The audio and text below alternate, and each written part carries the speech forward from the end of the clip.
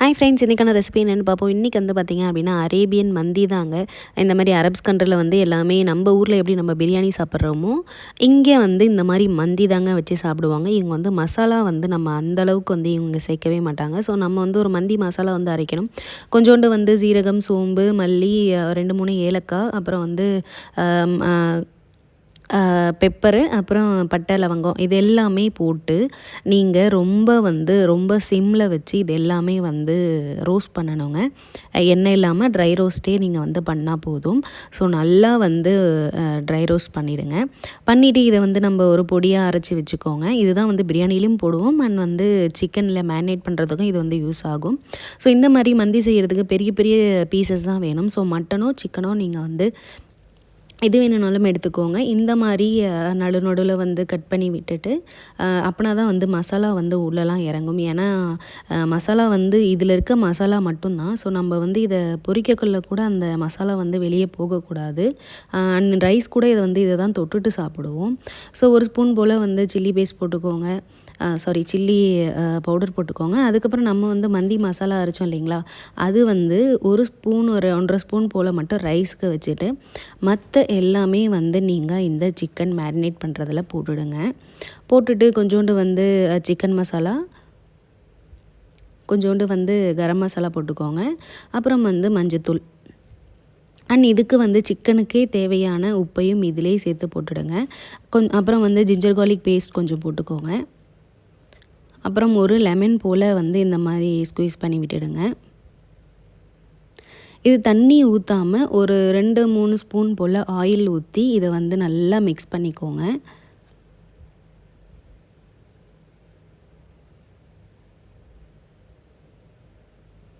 இதை நல்லா மிக்ஸ் பண்ணிவிட்டு எல்லா பீசஸையும் எடுத்து நல்லா உள்ளே போகிற அளவுக்கு நல்லா வந்து எல்லா இடத்துலையுமே நல்லா தடவி விடுங்க.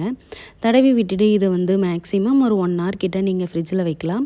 உங்களுக்கு டைம் இருந்துச்சு அப்படின்னா 2 hours கூட வச்சுக்கலாம். அது ஒன்றும் பிரச்சனை இல்லை. இந்த மாதிரி ஒரு கிண்ணத்தில் போட்டு நீங்கள் ஃப்ரிட்ஜில் வச்சுடுங்க. அதுக்கப்புறம் வந்து ஒரு பேன் எடுத்துக்கோங்க. பேனில் வந்து கொஞ்சோண்டு பட்டரும் கொஞ்சோண்டு எண்ணெயும் சேர்த்துக்கோங்க. சேர்த்துட்டு கார்னிஷ்க்கு இதில் வந்து நட்ஸ் போடுவாங்க. ஸோ நான் வந்து ஒரு 2 3 கேஷ்யூவும் பாதாமும் அப்புறம் வந்து காஞ்ச திராட்சை இருக்குது இல்லைங்களா, அதையும் வந்து ஃபஸ்ட்டே வந்து எடுத்துக்கிட்டேன். இல்லைனா நம்ம தனியாக வறுக்கணும். ஸோ இது எல்லாமே போடுறதுக்கு முன்னாடியே வறுத்து எடுத்து வச்சுக்கலாம். அதை மாதிரி எடுத்து வச்சுட்டு நீங்கள் உள்ளே இருக்க மேரினேட் பண்ண சிக்கனை எடுத்து ரொம்ப சிம்மில் வேணாம், மீடியமான ஃப்ளேமில் இந்த மாதிரி சிக்கன் எல்லாம் போட்டு வறுத்து எடுத்துக்கோங்க. பொரிக்க வேண்டாம். லைக் ஷாலோ ஃப்ரை மாதிரி இந்த மாதிரி கொஞ்சம் கம்மியான எண்ணெய் விட்டே நீங்கள் வந்து எடுத்துக்கிட்டால் போதும். அப்பப்போ வந்து திருப்பி போடுங்க. நம்ம சிம்மில் வச்சோம் அப்படின்னா மசாலா வந்து எதுவுமே வந்து அந்த எண்ணெயில் கரையாதுங்க. ஸோ நல்லா வந்து இதை நம்ம ஒரு 3 மணி நேரத்துக்கிட்ட நம்ம வந்து ஃப்ரிட்ஜில் வச்சு ஊற வச்சுருக்கோம். அதனால் அந்த மசாலா எல்லாமே உள்ளே நல்லாவே இறங்கியிருக்கும். அதனால் சிம்மில் வச்சே நீங்கள் வந்து இதை வேக விடுங்க. நான் இருக்க எல்லா பீசஸுமே அதிலே போட்டுட்டேன்.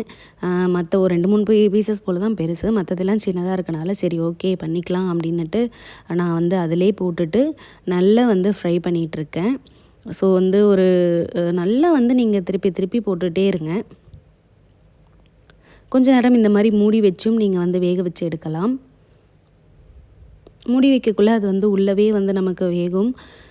அதனால் ஒன்றும் பிரச்சனை கிடையாது. அங்கே பார்த்திங்களா, அந்த ரோஸ்ட்டான அந்த இது வரணும். ஒரு 2 3 பீசஸ் போல் எல்லாமே ரோஸ்ட் ஆகிடுச்சு. இந்த மாதிரி ரோஸ்ட் ஆகணும். ஒரு 15 மினிட்ஸ் கிட்ட, ஏன்னா சிக்கன் வந்து சீக்கிரம் வெந்துடும். ஒரு 15 மினிட்ஸ் கிட்ட இதை நீங்கள் வந்து நல்லா இந்த மாதிரி திருப்பி போட்டு வேக வச்சு தனியாக எடுத்துக்கோங்க. இந்த ஆயிலே போதுங்க, மற்றபடி வேறு எந்த ஆயிலும் வேணாம். ஏன்னா இதில் தானே அந்த மசாலா இருக்குது. ஸோ இந்த அந்த ஆயிலே வந்து ஊற்றிட்டு இது கூட வந்து ஒரு பெரிய வெங்காயம் போல் நல்லா நீல வாக்கில் கட் பண்ணி வச்சுருக்கேன், அதையும் சேர்த்துக்கோங்க. இதுக்கு ரொம்ப முக்கியமான விஷயம் என்னென்னு பார்த்திங்கன்னா இந்த ட்ரை லெமன் தாங்க. இந்த லெமன் வந்து நம்ம ஸ்டோருங்களில் கிடைக்கும். இது வந்து எடுத்துக்கோங்க. ஒரு 2 போல் நான் போட்டிருக்கேன். ஏன்னா அதோட அந்த லெமன் இதுதான் இதில் வந்து இந்த மந்தியில் வந்து இறங்கும். அதுதான் வந்து ரொம்பவே டேஸ்ட் கொடுக்கும். அப்புறம் ஹோல் ஸ்பைசஸ் எல்லாமே போட்டுக்கோங்க. இந்த மாதிரி வெங்காயத்தை வந்து நல்லா வதக்கி எடுத்துக்கோங்க.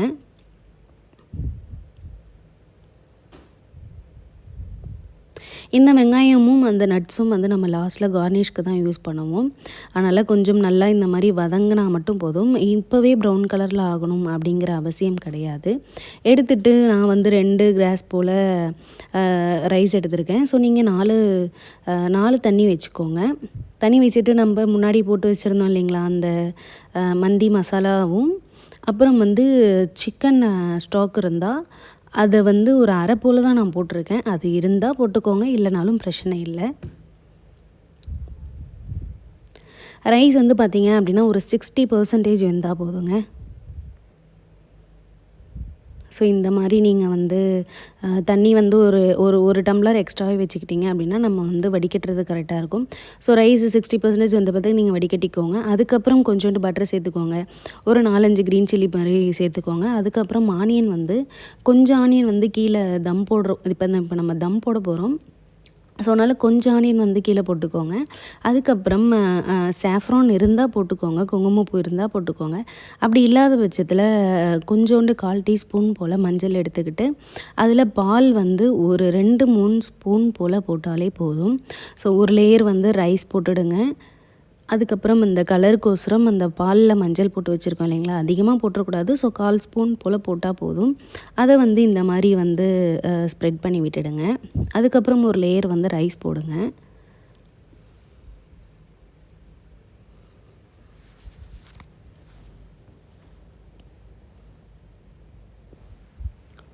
அதுக்கப்புறமா கொத்தமல்லி லைட்டாக தூவிட்டு நம்ம ஃப்ரை பண்ணி வச்சுருக்கோம் இல்லைங்களா சிக்கன், அந்த சிக்கன் எல்லாமே இதுக்குள்ளே எடுத்து வச்சுட்டு மேலே வந்து நட்ஸையும் அந்த ஆனியன் எல்லாமே வந்து போட்டு முடிச்சிருங்க.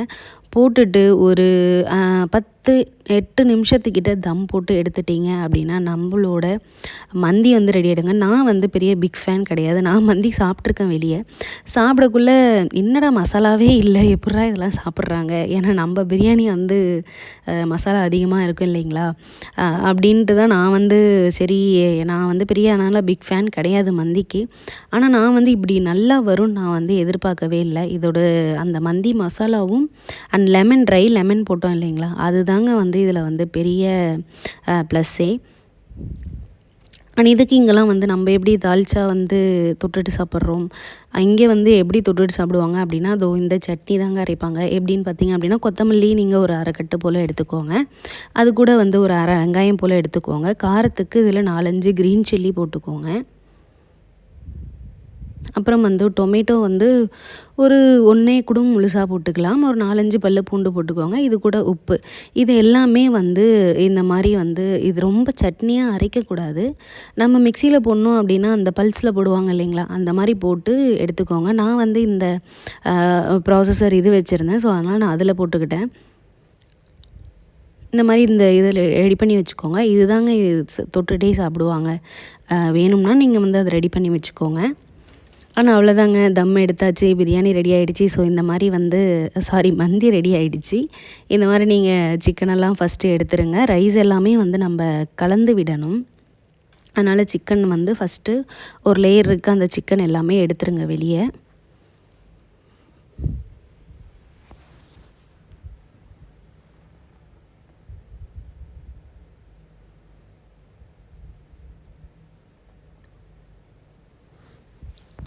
எடுத்துகிட்டு ரைஸை வந்து இந்த மாதிரி மேலேருந்து கீழேருந்து மேலே வந்து கலந்து விடுங்க. எப்படி பார்த்திங்களா, அந்த நம்ம ஆயிலில் இருந்த அந்த கலரும் நம்ம மஞ்சத்தூள் பாலில் போட்டோம் பார்த்திங்களா, அந்த கலரும் நம்ம வெங்காயம் வந்து இது பண்ணியே போடலைங்க.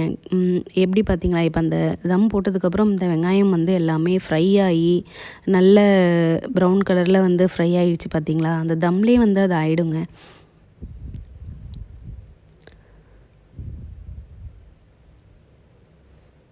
எப்படி ரைஸ் வந்து ரொம்ப அப்படியே தனித்தனியாக விழுது பார்த்திங்களா, இந்த மாதிரி தாங்க இருக்கும் மந்தி. ஸோ அதுக்கப்புறமா இதை எடுத்து ரைஸ் வந்து தனியாக வச்சுட்டு பீசஸ் வந்து என்னென்ன வேணுமோ அதையும் எடுத்து வச்சுட்டு, நீங்கள் இது ரைஸ் வெறுமனையாக சாப்பிட்டீங்க அப்படின்னா கண்டிப்பாக கொஞ்சம் சாப்பிட முடியாது தான். அதனால் நீங்கள் வந்து பீசஸ் கூட தொட்டு சாப்பிடணும். நம்ம ஒரு சட்னி அரைச்சோம் இல்லைங்களா, அந்த சட்னியும் வச்சு சாப்பிட்டீங்க அப்படின்னா அல்டிமேட்டாக இருக்கும். கண்டிப்பாக நீங்கள் வந்து பிரியாணி போர் அடிக்காது நமக்கு. ட்ரை பண்ணணுன்னு தோணுச்சுன்னா கண்டிப்பாக ட்ரை பண்ணி பாருங்கள். தேங்க்யூ ஃபார் வாட்சிங்.